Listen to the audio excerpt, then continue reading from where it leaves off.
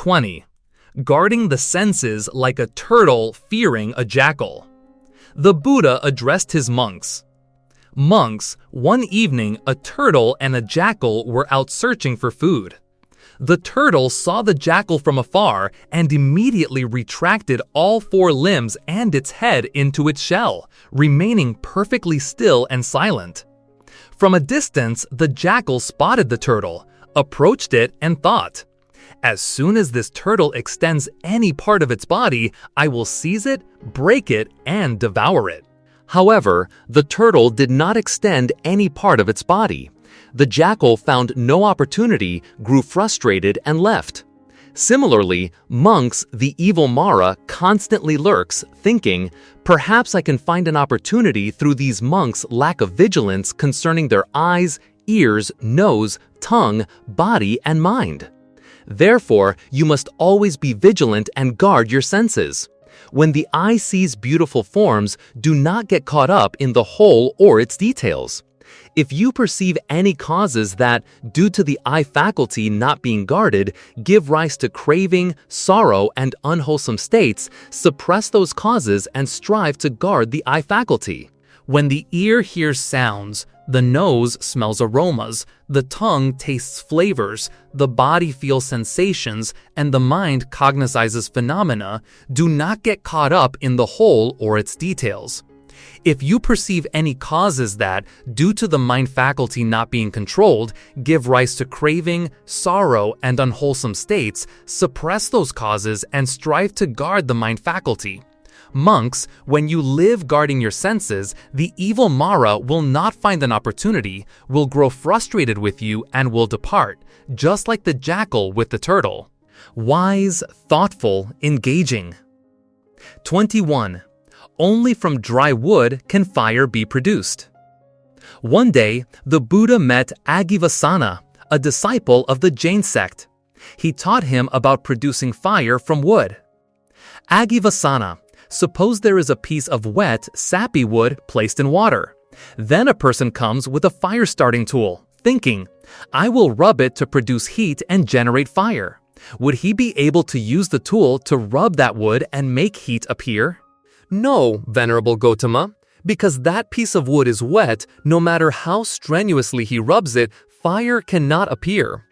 Similarly, Agivasana, those ascetics and Brahmins who live without separating from or eradicating the desires of body and mind, such as sensual craving, attachment, delusion, intense craving and affliction, cannot naturally attain supreme perfect enlightenment.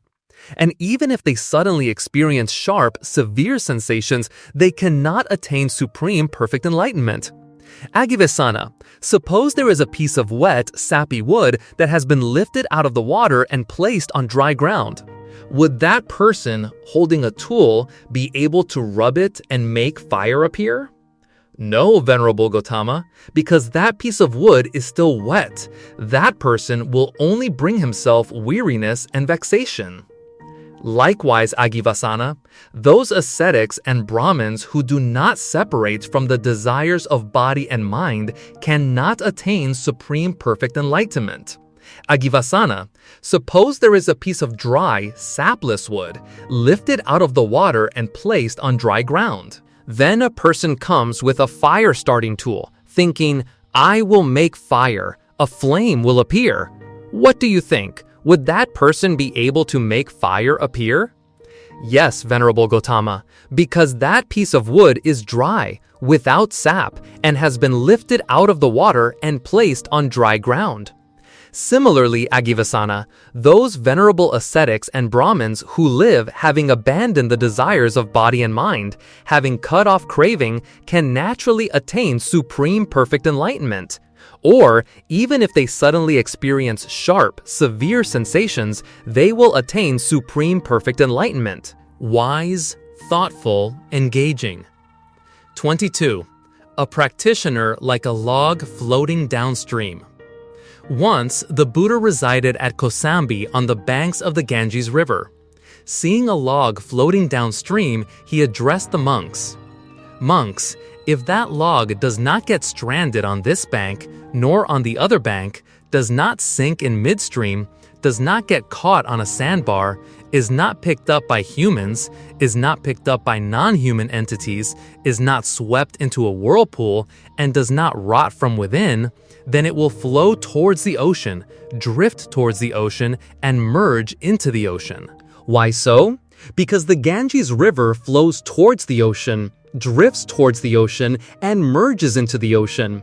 Similarly, monks, if you do not get stranded on this bank, you will flow towards nirvana, drift towards nirvana, and merge into nirvana. Venerable One, please explain the meaning of the similes you have just given. Monks, this bank signifies the 6 internal sense spaces. The other bank signifies the 6 external sense objects. Sinking in midstream signifies passionate delight. Getting caught on a sandbar signifies conceit.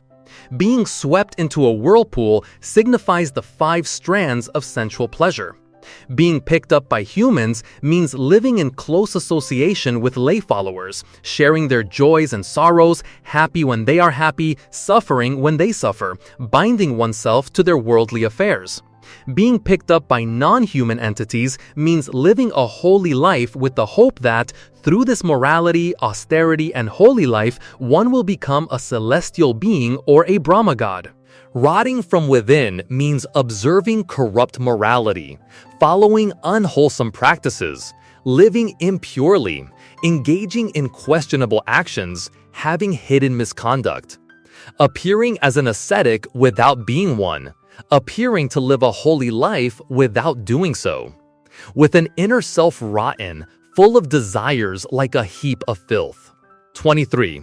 The poor dung-bearer meets the Buddha in an alley. When the Buddha was alive, India still had many different social classes. Among them, the Shudra caste, considered the lowest class, the poorest, viewed as impure and treated like animals. They had to live at the very bottom of society and were not respected as human beings. In the city of Savatthi, there was a man from the lowest caste named Niti. Niti was very gentle and kind-hearted, and every day he had to clean latrines, doing filthy work that no one else wanted to do. One day, the Buddha, accompanied by the Venerable Ananda, was walking through Savatthi. As they reached the small alley, they suddenly encountered Niti. At that moment, Niti was carrying a heavy load of human waste. When he saw the Buddha, he panicked, trying to find a way to avoid him. But because the path was too narrow, he could only bow his head and say, "My body is impure, Exalted One. Please do not come near me, lest you lose your purity." The Buddha immediately approached Nithi and said, "Nithi, would you like to go forth and become a monk?" In those days, monastics and Brahmin priests were considered the most esteemed in society, even above royalty or nobles. That was a sacred realm that ordinary low-caste people like Nithi would never dare to enter. Thus, Nithi replied in confusion, "You are the noble Buddha, and I am merely a humble person. How could I dare to compare myself to your disciples?" The Buddha said, "The Dharma is like pure water. It can cleanse all impurities, no matter what they are in this world. Once bathed in the Dharma, one becomes pure. The Dharma is like sacred fire. It can burn all defilements to ashes. No matter what it is, once touched by the sacred fire, it immediately becomes pure. The Buddha's Dharma is equal for all beings. It makes no distinction between rich and poor. Anyone with faith in the Buddha can practice and escape the ocean of suffering." The Buddha's words deeply moved Niti. He steadfastly practiced and became a diligent disciple of the Buddha. Before long, he attained enlightened wisdom and achieved the state of an arahant. However, Niti's liberation by the Buddha caused jealousy among the arrogant ones in society. How can such a lowly outcast become a monk and receive alms from everyone? So, wherever Niti went, they would avoid him. If they saw Nithi sit somewhere, they would clean that spot, as if it were a defiled place. Finally, when their indignation and anger reached a peak, they reported to the king, saying that the Buddha could not accept Nithi as a disciple. Hearing this, the king personally went to inquire of the Buddha. When his chariot arrived at the gate, the king had to dismount and walk a short distance. Suddenly, he saw a monk meditating on a large rock. The king spoke politely. "I wish to see the Buddha. Could you please go inside and convey this message?" The monk passed through the rock, and when he returned, he passed through it again as if walking through air. When the king met the Buddha, he expressed his reverence. "Venerable one, the monk I just saw possessed a rare and supernatural power. Could you please tell me his esteemed name?" The Buddha smiled.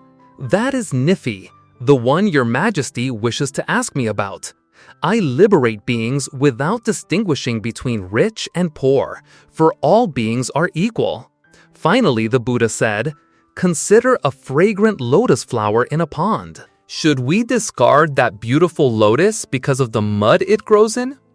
24. The Buddha suffers from joint pain. The Arising Practice Sutra recounts that Shakyamuni Buddha once suffered from joint pain. This was one of the 10 sufferings he encountered in his life. Many people do not understand why the virtuous Shakyamuni Buddha could be afflicted with illness. Shakyamuni Buddha explained that this was due to residual karma from a past life that had to be repaid in this life. Shakyamuni Buddha recounted that long ago, in the city of Rajagaha in ancient India, a wealthy elder son suddenly developed a high fever, and his condition was extremely serious. At that time, in that city, there was a renowned physician who was not only skilled in all types of medical arts, but also adept at treating rare and unusual diseases. The elder son immediately summoned the physician to treat him. He told the physician, "Please treat my illness. If I recover, I will certainly bestow upon you much gold, silver, and precious gems." The physician devoted himself wholeheartedly to treating him. Thanks to the physician's careful attention and earnest efforts, after a short time, the elder son fully recovered. But just as he was about to fully recover, he became greedy and ungratefully reneged on his earlier promise. Sometime later, the wealthy elder son fell ill again. He again made promises that enchanted others to persuade the physician to treat him. But this time, just like before, as soon as he recovered, he again became ungrateful and did not fulfill his promise. This went on for 3 rounds of illness, 3 times inviting the physician and making enticing promises, only to ultimately refuse to fulfill them. After 3 such instances, the physician became utterly enraged. He felt that the wealthy elder son had repeatedly made a fool of him and that he was being disrespected. Therefore, this physician began to secretly plot his revenge. He gave the elder son a medicinal concoction that was not for fever, causing the elder son to die under mysterious circumstances. Shakyamuni Buddha paused here and explained, "Do you know who that physician was? It was I in a past life, and the wealthy elder son who was ill was Devadatta in a past life." Shakyamuni Buddha continued, "Because I gave the elder son poison, causing him to die unjustly, I was consigned to hell.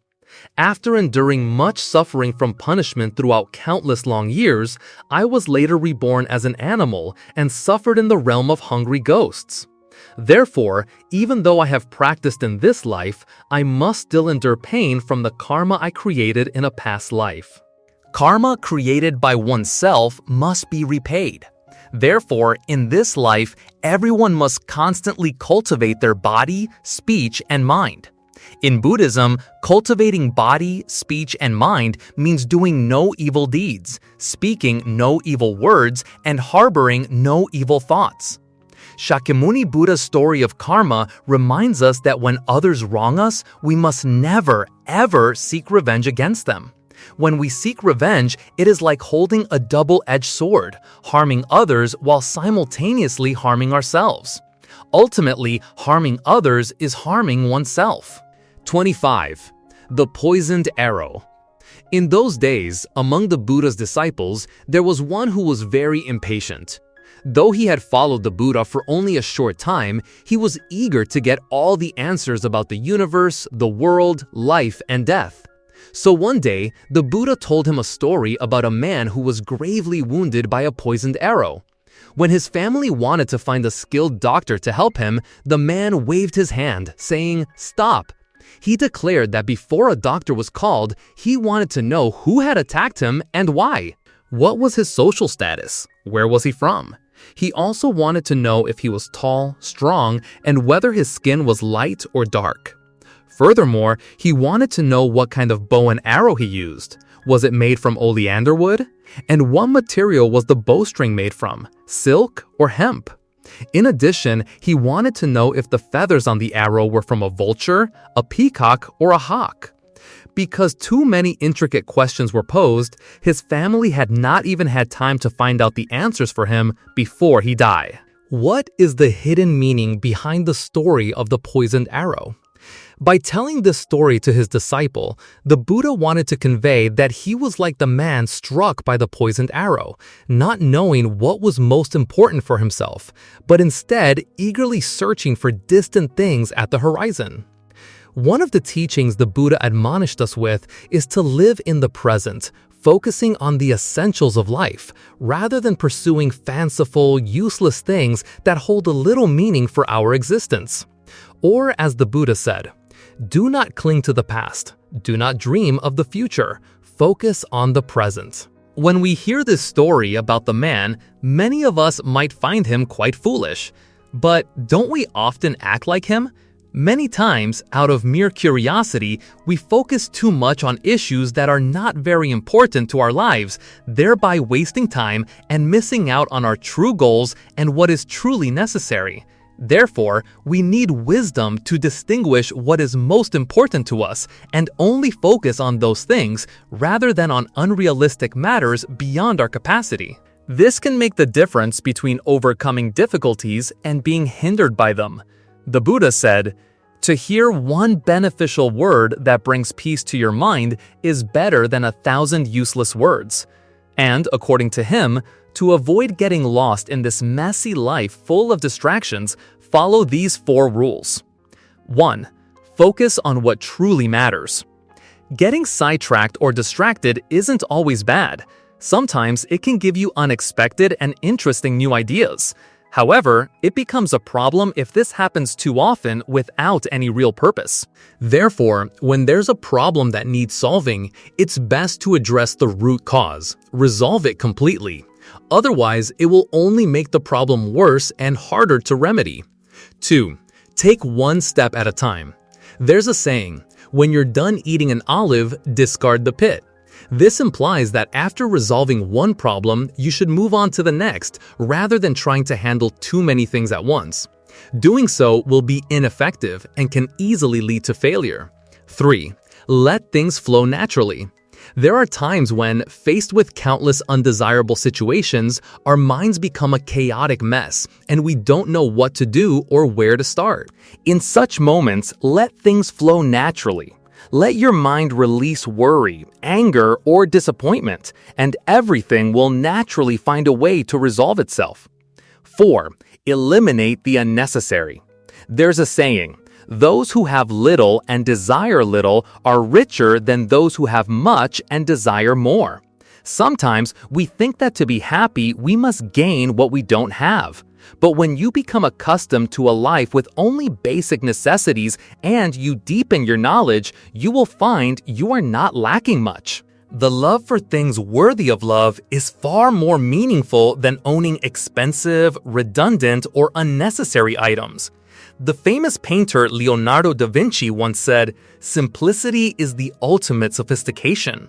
And the story the Buddha told us about the poisoned arrow is precisely about this.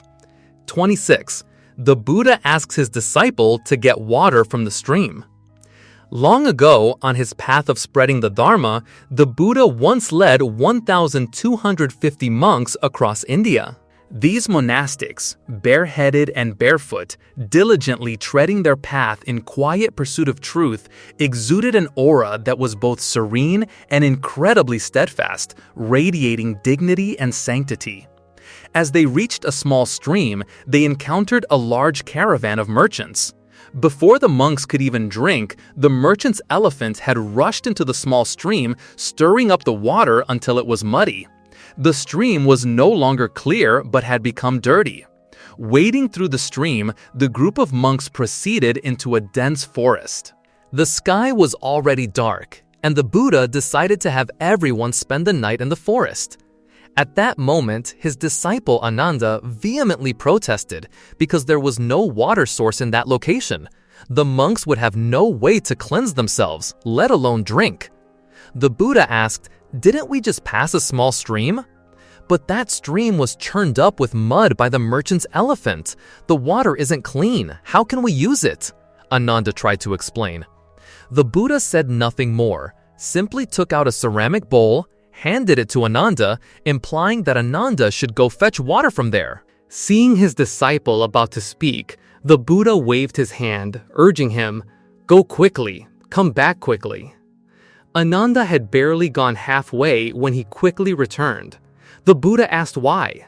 Ananda said, "The stream's water is already muddy. If you drink it, you will get sick. It would be better for your disciple to go to the distant river ahead to get water for you."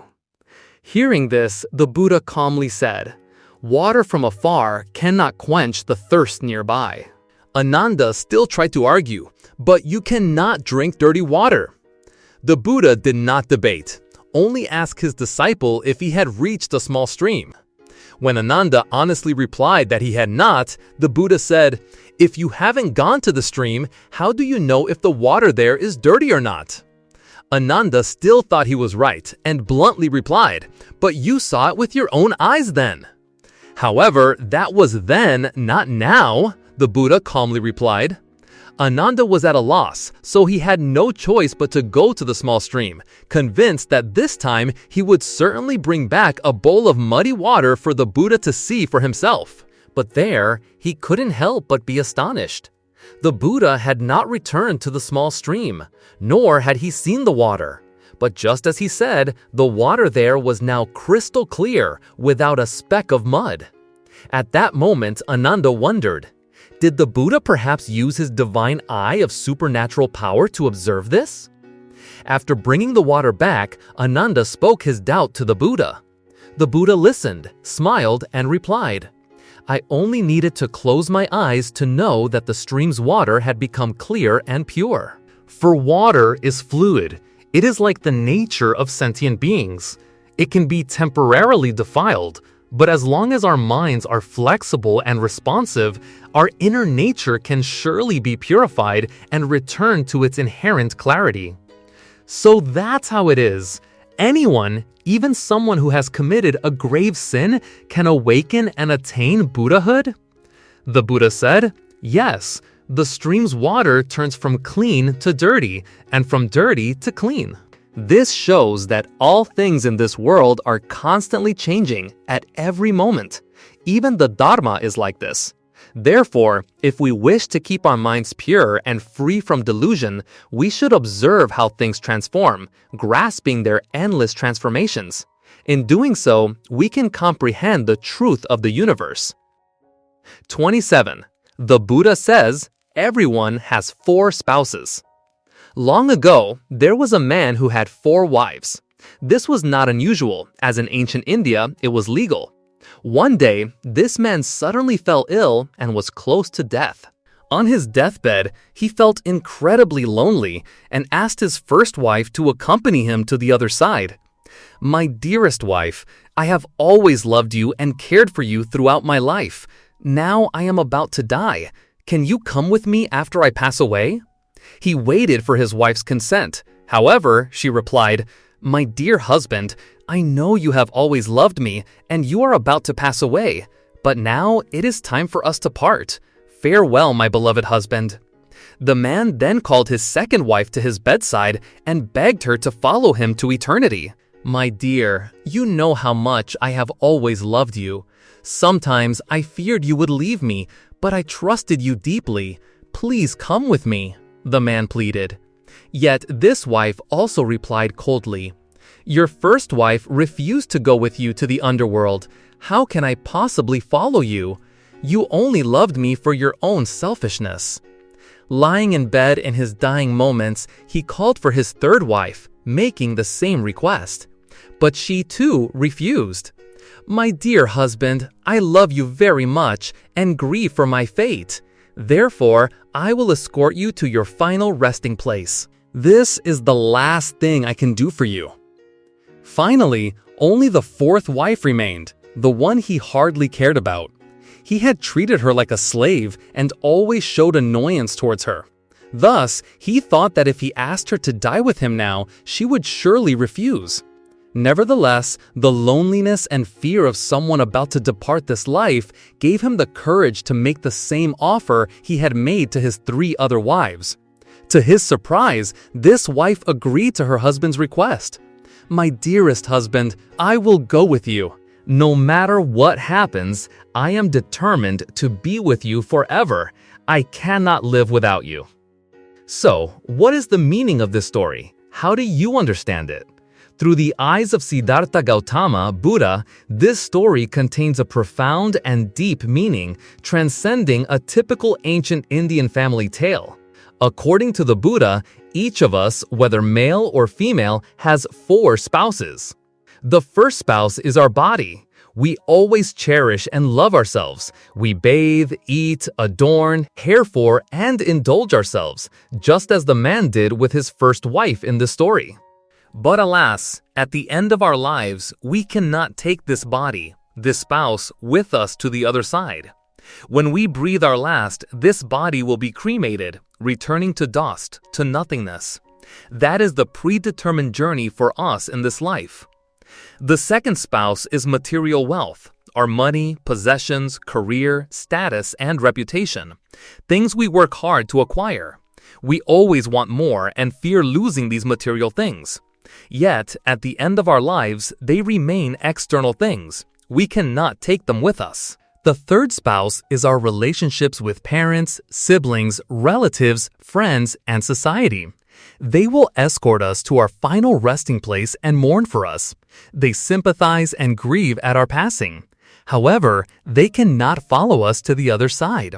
We are born alone and we die alone. No one can accompany us on this final journey. The fourth spouse, Shakyamuni Buddha mentioned, the fourth wife, the one who accompanied her husband to eternity. In reality, she represents our soul. Throughout our lives, our soul is perhaps the aspect we care least about.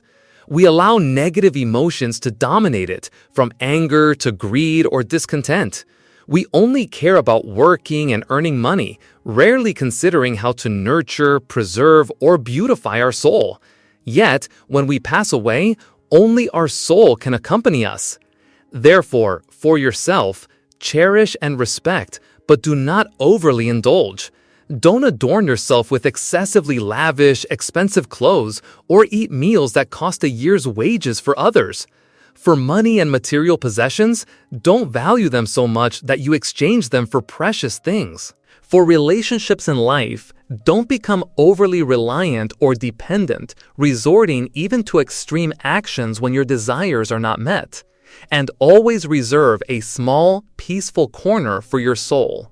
Strive so that as the years pass, even as you age, you can retain the innocence and purity of a child. Know how to love people and life, and appreciate the beauty of all things around you. 28. The story of the wise man Kithagala and his untamed nature. Listen, in ancient times, truly wise individuals, simply because of a hoe, could not abandon it. Due to greed, they renounced the monastic life 6 times. Only on the 7th ordination did meditation arise, and they finally subdued that greed. Having said this, the master recounted a past story. This story was told at Jetavana Monastery, where the master spoke about the elder named Chittahata Sariputta. This elder, according to tradition, was a young man from a good family in Savatthi. One day, on his way home after plowing, the young man entered the monastery and received exquisite, rich, and sweet food from an elder's bowl. He thought, We work tirelessly day and night with our own hands, but don't get such sweet food as this. So let me become an ascetic." He went forth into homelessness. After a month and a half of diligent effort, but overcome by defilements, he disrobed. Then, weary of seeking food, he reordained, studying the higher Dharma from this perspective. 6 times he disrobed, 6 times he reordained. But on the 7th time, returning as a monk, this monk mastered the 7 books of the Abhidhamma. And through repeated recitation and developing insight meditation, he attained arahantship. His fellow monks laughed mockingly, saying, "Venerable sir, your mind was like that before. How can defilements not arise now?" "Venerable sirs, from today onwards, I cannot return to the lay life." The matter of his attainment of arahantship was discussed in the Dharma hall. "Venerable sirs, even though he had the karmic connection to become an arahant, the Venerable Sahara Sariputta renounced the monastic life 6 times. Oh, truly a mistake for his worldly nature. 29. The story of the gardener who spoiled it. The master came and asked, "Monks, what matter are you discussing now, sitting here assembled?" When he heard the matter, the master said, "Monks, the mind of ordinary people is fickle, difficult to tame, dominated by objects, and easily clings. Once it clings, it cannot easily escape. Such a mind, when subdued, is indeed excellent. Once the mind is subdued, it brings peace. Hard to grasp, flighty, swirling after desires. Excellence is the taming of the mind. A tamed mind brings bliss." Dhammapada, verse 35. Due to this untamed nature, in ancient times, truly wise individuals, simply because of a hoe, could not abandon it. Due to greed, they renounced the monastic life 6 times. Only on the 7th ordination did meditation arise, and they finally subdued that greed. Having said this, the master recounted a past story. Long ago, when King Brahmadatta reigned in the country of Benares, the Bodhisattva was born into a gardener's family. As he grew up, the Bodhisattva was named Kitagala, the Wise One. With his hoe, the Bodhisattva cleared a plot of land and himself planted vegetables such as greens, squash, gourds, cucumbers, and other vegetables to sell and make a difficult living. Apart from this hoe, the Bodhisattva had no other possessions. One day, the Bodhisattva thought, "What am I doing living a householder's life? Let me go forth into homelessness." The Bodhisattva hid the hoe in a secret place and went forth as a wandering ascetic. Later, remembering that hoe and unable to sever his attachment to the chipped hoe, the Bodhisattva abandoned the ascetic life. Thus, a 2nd time, a 3rd time, up to the 6th time, the Bodhisattva would bury the hoe in a secret place, go forth into homelessness, and then abandon it again. On the 7th occasion, the Bodhisattva thought, "Just because of this chipped hoe, I keep abandoning the ascetic life. Now I will throw it into the great river and then go forth into homelessness." The Bodhisattva went to the riverbank, then thought again, "If I can see where the hoe fell, I might go there and retrieve it." Thinking this, with enduring strength like an elephant, the Bodhisattva held the hoe by its handle, swung it around his head 3 times, closed his eyes, hurled it into the middle of the river, and roared 3 times like a lion, "I have conquered! I have conquered!" 30. The Wise Man's Triumph. At that time, the king of Benares had just quelled a rebellion on the border and was returning, bathing in that same river. After adorning himself with all manner of jewels, the king was riding on an elephant when he heard the Bodhisattva's loud cry. Thinking this, with enduring strength like an elephant, the Bodhisattva held the hoe by its handle, swung it around his head 3 times, closed his eyes, hurled it into the middle of the river, and roared 3 times like a lion, "I have conquered! I have conquered!" 30. The Wise Man's Triumph. At that time, the king of Benares had just quelled a rebellion on the border and was returning, bathing in that same river. After adorning himself with all manner of jewels, the king was riding on an elephant when he heard the Bodhisattva's loud cry. While speaking thus, the Bodhisattva looked at the great river, developed insight meditation focusing on water, attained jhana, and preached the Dharma to the king while hovering in the air, reciting this verse. That victory is not good if having won, one is defeated. The truly good victory is the victory within oneself. The king heard the sermon. With the elimination of wrong views, his defilements were cut off, and his mind turned towards going forth into homelessness. At that very moment, his craving for the kingship also vanished. The king asked the Bodhisattva, "Where will the Bodhisattva go now?" The Bodhisattva replied, "I will go to the Himalayas to go forth as a wandering ascetic." The king expressed his wish to go forth into homelessness and went with the Bodhisattva. All the Brahmins, householders, and the entire assembled multitude gathered at that place all went with the king. The people of Benares, hearing that their king of Benares was going forth into homelessness after listening to the wise man's sermon, thought there was no reason for them to remain and also asked to go forth. From the inner city, 12 miles long, all the city's inhabitants departed. The procession, 12 miles long, went with the Bodhisattva into the Himalayas. At that time, the golden stone throne of Sakka, the king of Devas, became hot. Sakka investigated the reason, understood the situation, and immediately summoned Visakama, the divine architect, saying, "Friend, the wise one is undertaking a great act of going forth into homelessness, and the dwelling place is needed for them. Go to the Himalayas to a level place and construct a hermitage 30 miles long and 15 miles wide." Visakama obeyed and did as instructed. This is only a summary. Full details will be given in the Hatipala Jataka number 509.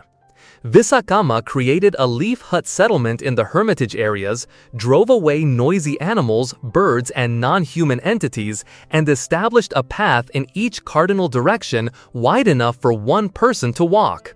Then Visakama returned to his abode. And the wise one, taking that assembly, went into the Himalayas to the hermitage prepared by Sakka. Taking the monastic requisites created by Visakama, he himself went forth into homelessness first, then ordained the assembly, allocated hermitage places, and gave them instructions. All abandoned their royal status, which was equal to Sakka's. The assembly filled the hermitage, which stretched 30 miles. After preparing their meditation subjects and cultivating loving kindness, compassion, sympathetic joy, and equanimity, the Bodhisattva taught meditation subjects to the assembly. All attained jhana and were reborn in the Brahma realm.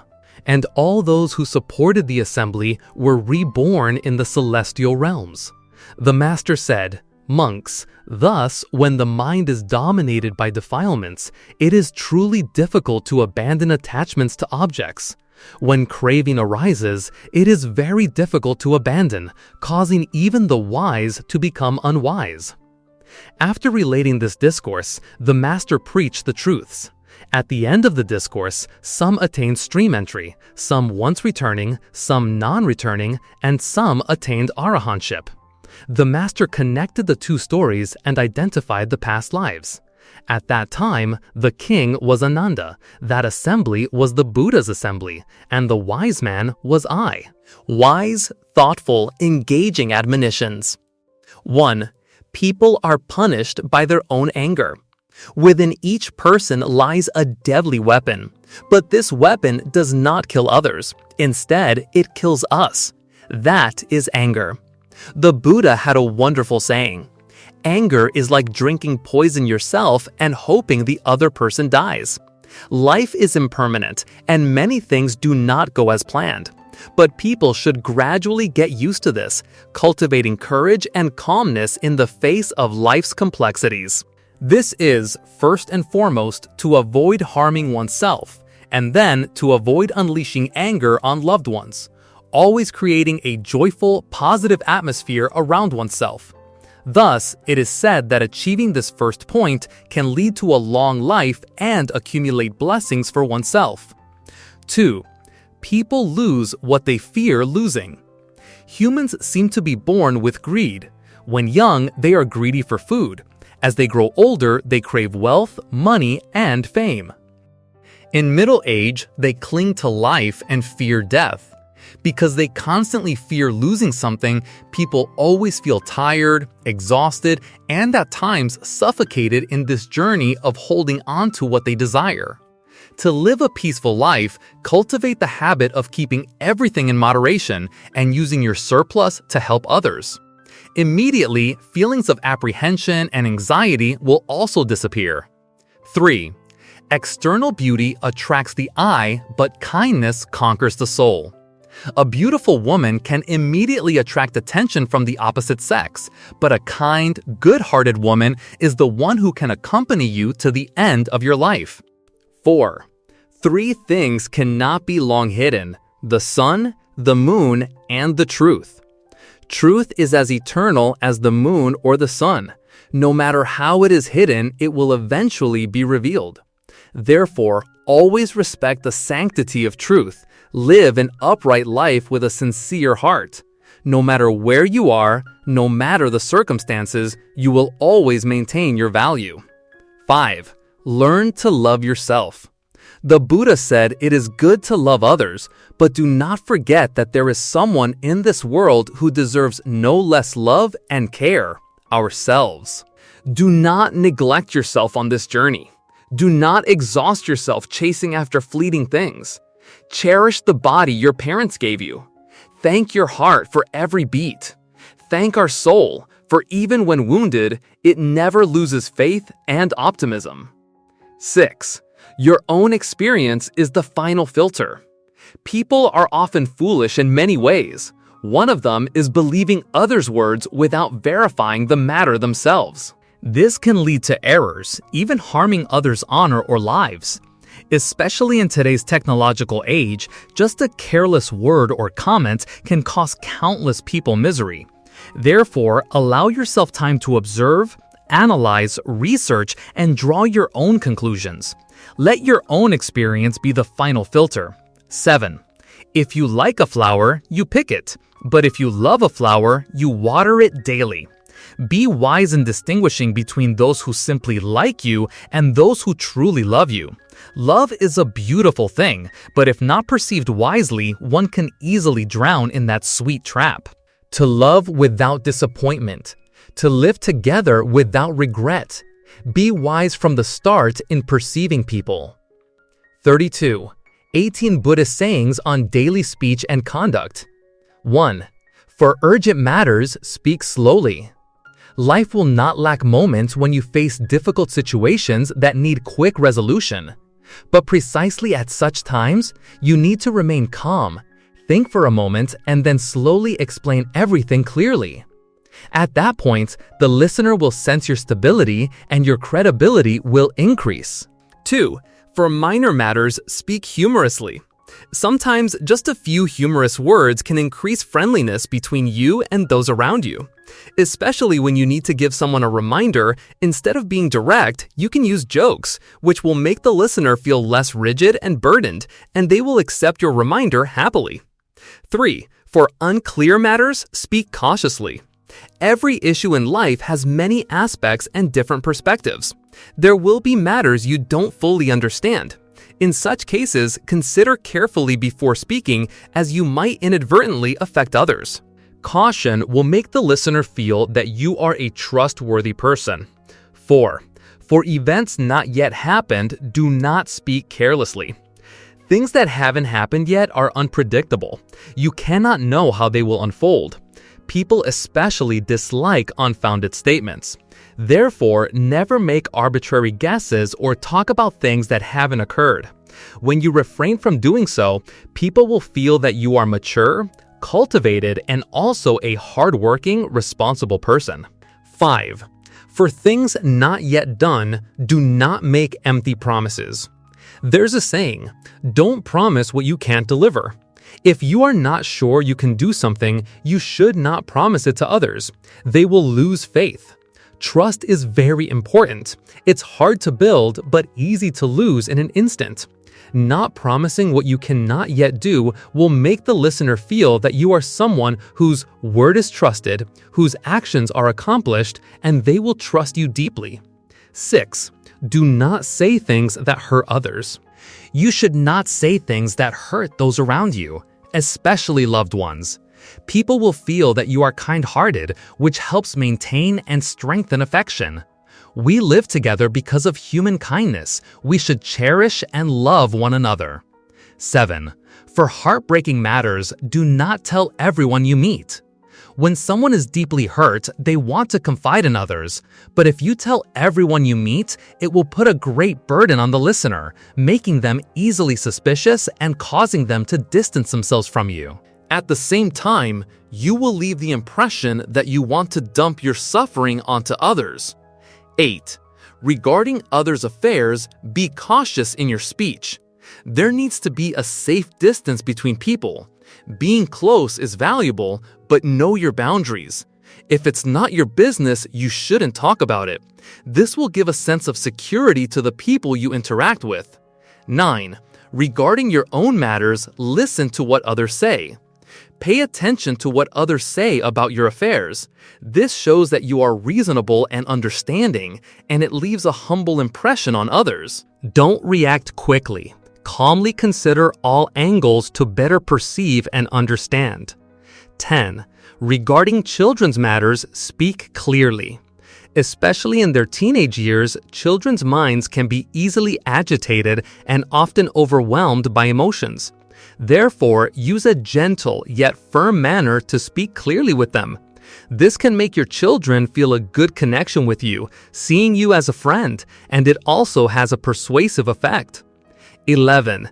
Do not speak disheartening or discouraging words. In life, you need to speak words of encouragement and motivation to others as well as yourself.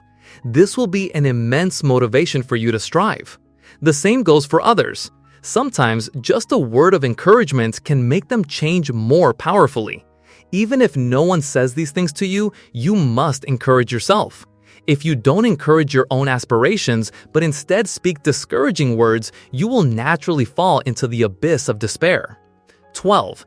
Do not speak angry words.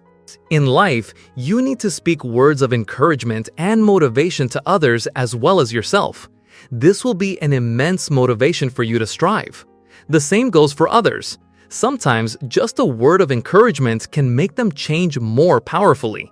Even if no one says these things to you, you must encourage yourself. If you don't encourage your own aspirations, but instead speak discouraging words, you will naturally fall into the abyss of despair. 12. Do not speak angry words. Why put yourself through such misery? 14. Do not speak hurtful words. Many people tend to utter insults and hurt others. But what do they gain in return?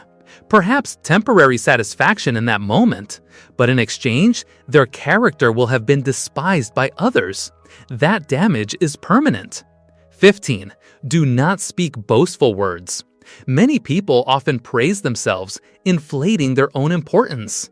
This makes others dislike them and instead leads to a negative perception. If you are truly talented, people will evaluate you on their own. You don't need to self-proclaim. It is best to cultivate humility. 16. Do not speak deceitful words. Buddhism teaches the 5 precepts. Not lying is one of these 5 precepts. You know, lying leads to extremely serious consequences. Trust is lost. At that point, you will feel regret for what you have done. Remain honest and pure. You will be loved and respected by everyone. 17. Do not speak secrets. Everyone has their secrets, whether big or small. But if it's a secret, keep it to yourself. Do not speak carelessly, as when you reveal it, its consequences could be many times worse than you can imagine. Understanding its seriousness will prevent you from speaking carelessly. 18. Do not speak private matters. Everyone has their private affairs. Of course, you don't want others to know your private affairs, and you cannot casually talk about other people's private matters either. Even if you reveal all of someone else's private matters and they don't react, your bad character will have been revealed. After that, it will be hard to gain future blessings. 33. 10 admonitions from the Buddha. 1. When joyful, it's easy to speak carelessly. The ancients had a wise saying, "Joy cannot be taken to the extreme." This is simply because when people reach the pinnacle of joy, they no longer have their mental defenses, and they can easily act on instinct without thinking things through. At such moments, they want to confide, to express everything in their heart, to share their joy with others. Although their intention is good, merely wishing to express their feelings, speaking too much inevitably leads to mistakes. Especially when words are uncontrolled, it's very easy to inadvertently hurt others, leading to regrets that come too late. 2. When angry, it's easy to be disrespectful. At moments of anger, most people lose control of themselves and their actions, consequently doing disrespectful things, hurting others, and later regretting it. When insulted or annoyed by surrounding circumstances, one needs to maintain clarity. One should not speak carelessly, as words at such times are often very harsh. It's best to remain silent. 3. When agitated, it's easy to lose composure. The ancients often said, not caring about gain or loss, the human mind remains unagitated. Always cultivate a stable, calm, unagitated mindset in all situations. Life is full of unforeseen events. The question is whether you can remain clear-headed in such circumstances. For if you cannot keep your mind peaceful, you will easily become agitated and lose yourself, leading to truly regrettable consequences. 4. When sorrowful, it's easy to lose spiritual radiance. Here, radiance refers not only to external beauty, but also to one's internal mental state. When you experience something heartbreaking, it's very easy to fall into a state of mental breakdown and crisis. You are unprepared for such unfortunate events. However, you need to understand that life will bring all sorts of sorrows. What you need to do is bravely move forward, encouraging yourself to keep going, leaving all mournful things behind. Traditional Chinese medicine has indicated that sorrow can harm health, manifested as a gloomy complexion, insufficient vital energy, and damage to internal organs. 5. When overjoyed, it's easy to be careless in oversight. Literally meaning lost in complacency, this refers to when people are too pleased with something, they can hardly avoid oversight and thus lose many things. This is because when something joyful happens, they seem to forget their initial standards and norms. Whatever they see or hear seems satisfactory and pleasing. Their ability to judge and evaluate issues is no longer accurate, without careful consideration of the matter or person, leading to unwanted errors. 6. When excessively afraid, it's easy to lose integrity. When fear surrounds and suppresses you, your inner self will no longer maintain its clarity. Initial principles will be broken, and one's stance will invisibly disappear. You will become passive, unable to find the correct path, unable to resolve the problem. There are many different fears that you will surely encounter. However, you can certainly do better than that. Face challenges with all your ability, courage, and self-confidence. 7. Accumulate too much, and you will surely lose much. Living in this world, fame, wealth, and money are merely external possessions. Do not chase money and fame excessively, lest you bring disaster upon yourself. What is gained cannot compensate for what is lost. Although everyone desires fame and craves profit, know when to stop, keep your mind at ease, and let all things be peaceful. One who accumulates too much will be mentally exhausted and spiritually depleted, affecting their health. One who is excessively greedy for precious items will easily incite jealousy, causing oneself unexpected misfortune. 8. Excessive infatuation makes it easy to lose virtue. This applies to both words and actions. When you are too infatuated with something, you can easily lose your principles of living. Your words will become deceitful, distorted, and crooked. Your actions will consequently become unusual, even unethical, ultimately just to achieve your initial infatuation, without realizing whether such an exchange is worth what you have diligently built up. By then, it will be too late for regret. 9. Boasting too much easily loses trust. The ancients believed that words spoken that cannot be fulfilled are a truly shameful matter, especially for those who casually make empty promises, incapable of being fulfilled, just temporary boasts. They will lose trust with others. In life, trust is an extremely important factor. Building it up is difficult, but losing it is very easy. Exercise extreme caution. 10. Excessive desire can easily lead to loss of life. Lao Tzu once said, "The 5 colors blind the eye, the 5 tones deafen the ear, the 5 tastes dull the palate. Chasing after wild game makes the mind frantic. Rare and precious goods lead one astray." This teaches us that when people have too many desires, it can corrupt the body and even affect one's life. Live and know how to cast desires aside. Live and work for passion, knowing how to cultivate oneself and be content with moderation to maintain a peaceful life. 34. The story of the fish. Monks, it is not only now that the Tathagata has made rain for the weary multitude. In ancient times, when reborn as an animal, as the king of fish, the Tathagata also caused rain to fall. Having said this, the master recounted a past story. This story was told at Jetavana Monastery concerning the rain that the master himself caused. Once, according to tradition, in the land of Kosala, there was no rain. Crops withered, and ponds, lakes, and reservoirs everywhere dried up. Even Jetavana's pond was depleted of water. Fish and turtles entered the mud and became stranded. Then crows and kites came, with beaks like spears, pecking them, dragging them out, and eating them while they still struggled. The master, seeing the plight of these fish and turtles, his compassionate heart was moved, and he thought, "Today I must make rain."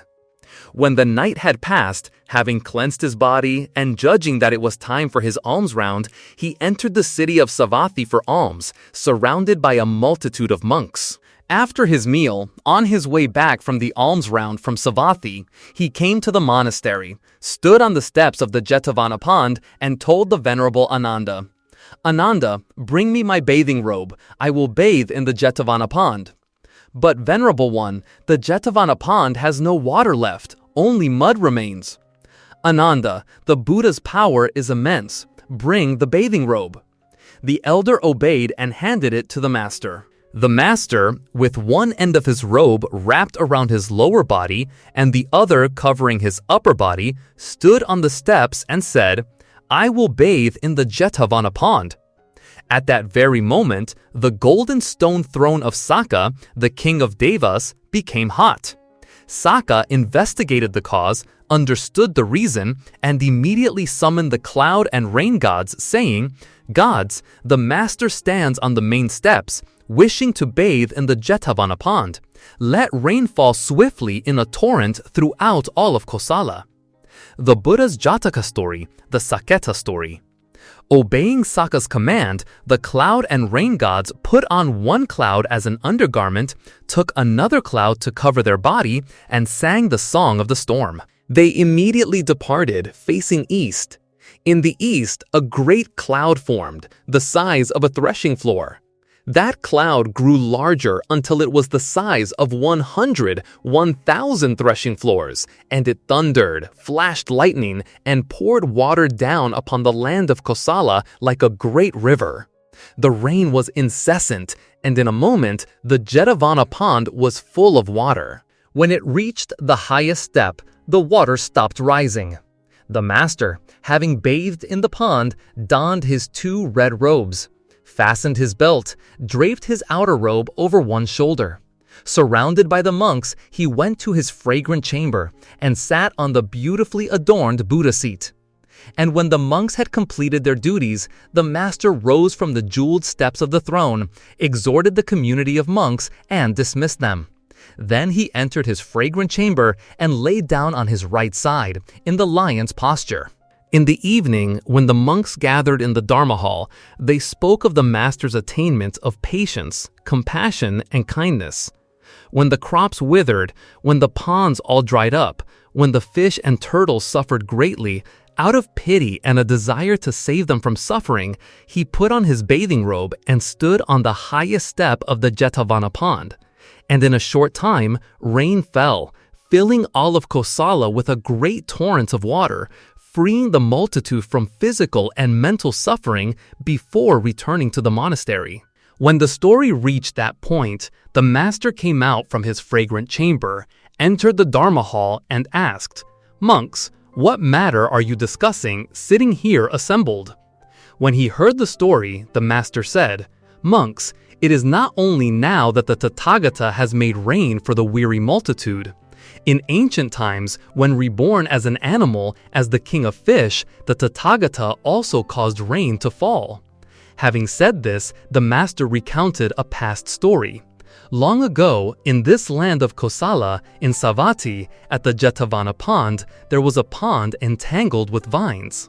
The Bodhisattva was born as a fish, surrounded by a school of fish, living there just as it is now.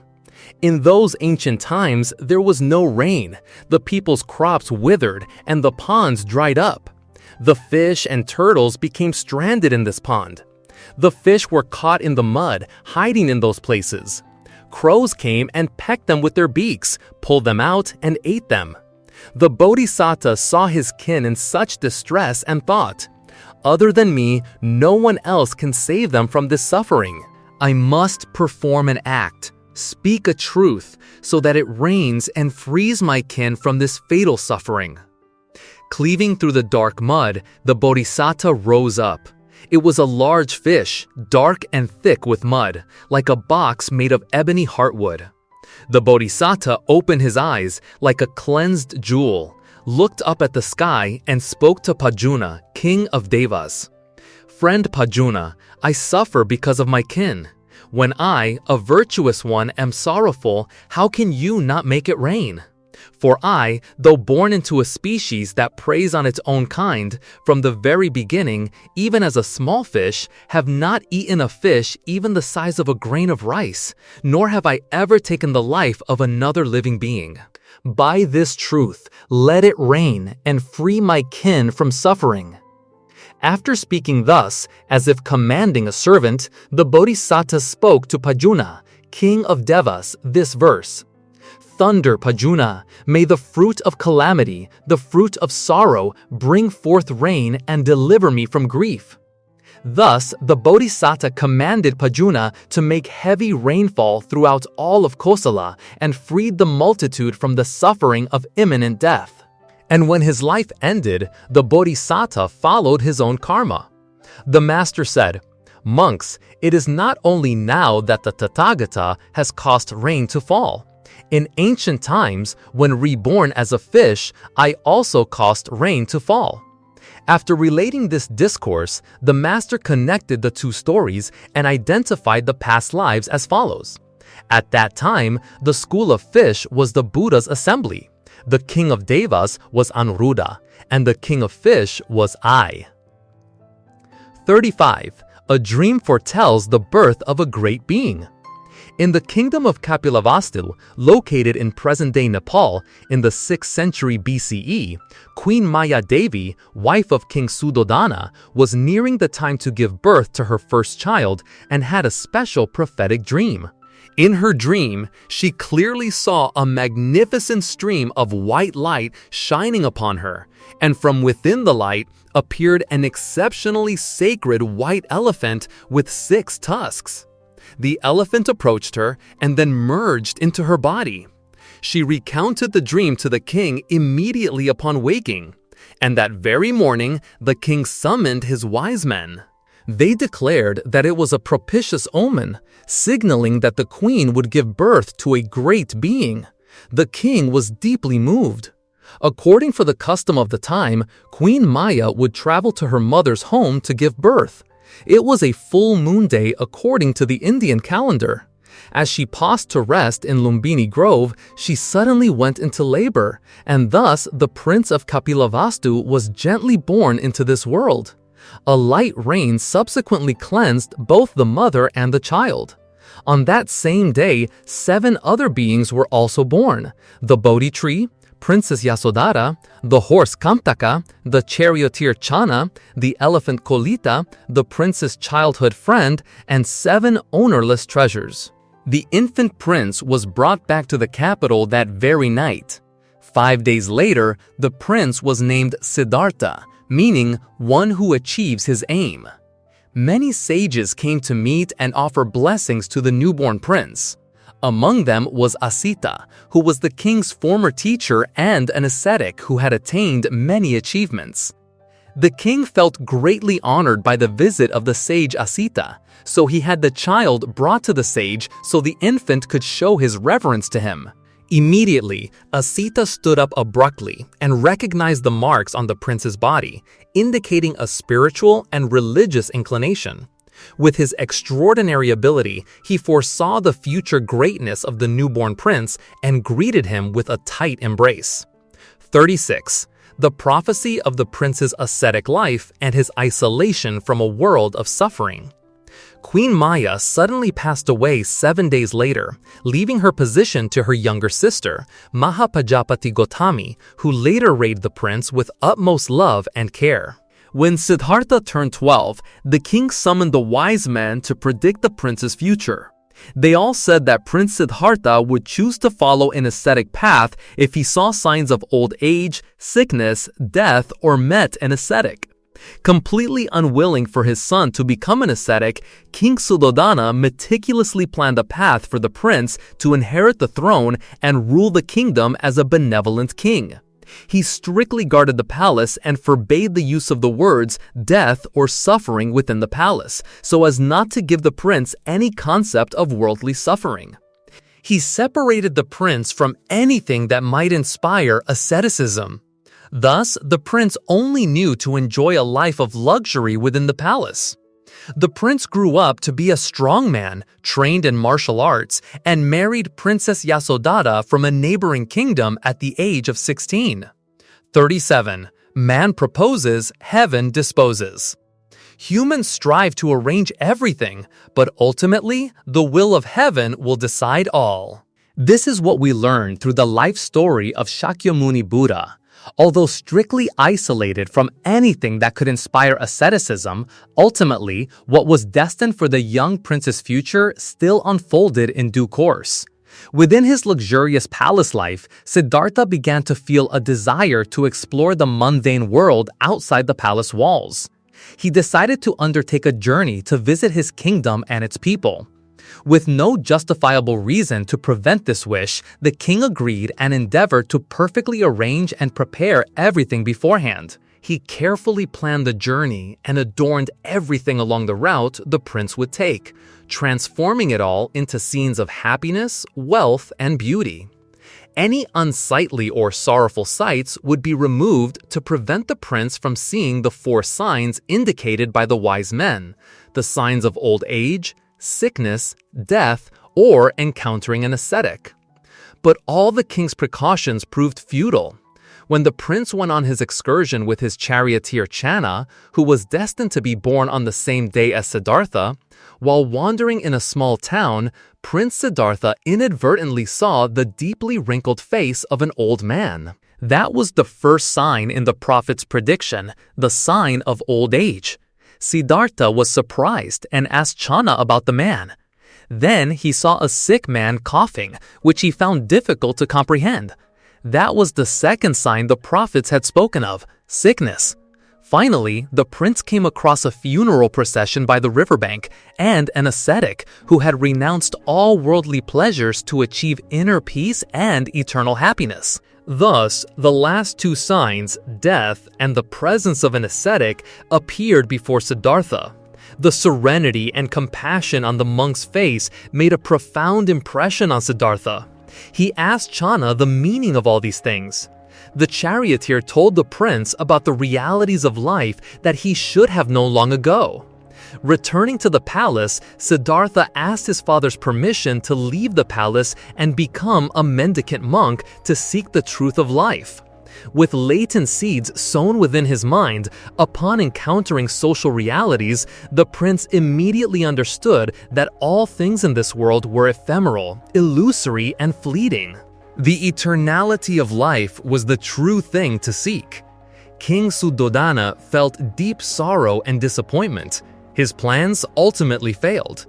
The king then ordered his soldiers to increase strict defenses around the palace and organized more entertainments to keep the prince, hoping to make his son forget what he had seen outside in society. At this very moment, the prince's wife, Princess Yasodhara, gave birth to their first child, whom he named Rahula, meaning fetter or bondage. Siddhartha found his luxurious life meaningless and finally decided to escape on his horse Kantaka with the help of his trusted attendant Channa. The prince woke up in the night, took a last look at his wife and child, then mounted his horse and rode away. Before the city gate, the prince cut off his thick hair and handed his princely robes to Channa. 38. Siddhartha's arduous journey in search of life's truth. After leaving the palace, Siddhartha traveled to Rajagaha, the capital of ancient Magadha, where he met several ascetics meditating in mountain caves. The prince became a disciple of the ascetic Alara Galama and was taught his meditative practices. After some time of practice, the prince did not find further progress, so he went to study with a hermit named Udaka Ramaputta.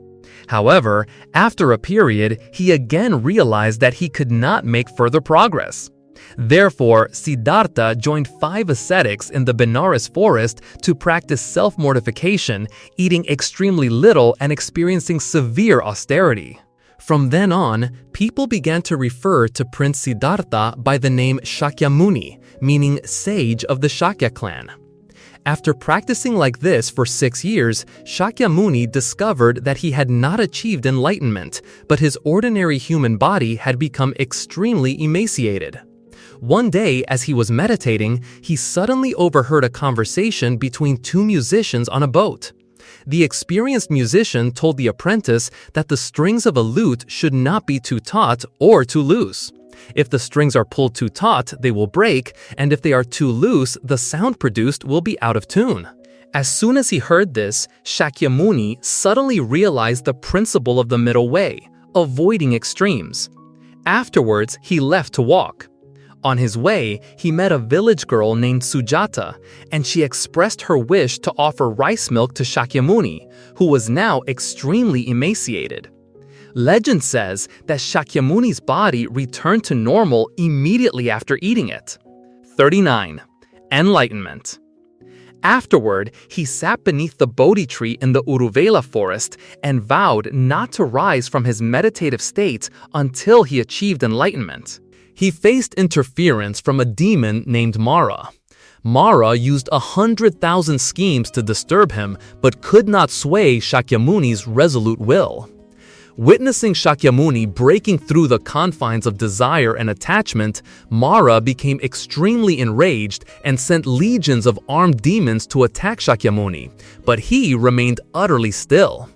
After being defeated and realizing that it would never be able to interfere with Shakyamuni's extraordinary meditative power, Mara scoffed at him, saying that even though he had won, no one would witness this. Shakyamuni touched the ground with his hand, signifying that the earth would be his witness. The earth spontaneously trembled, as if responding that it would bear witness to Shakyamuni's glory. From that moment, Shakyamuni continued his meditation and ultimately achieved enlightenment. His wisdom was awakened, and he attained Buddhahood after 49 days of meditation under the Bodhi tree.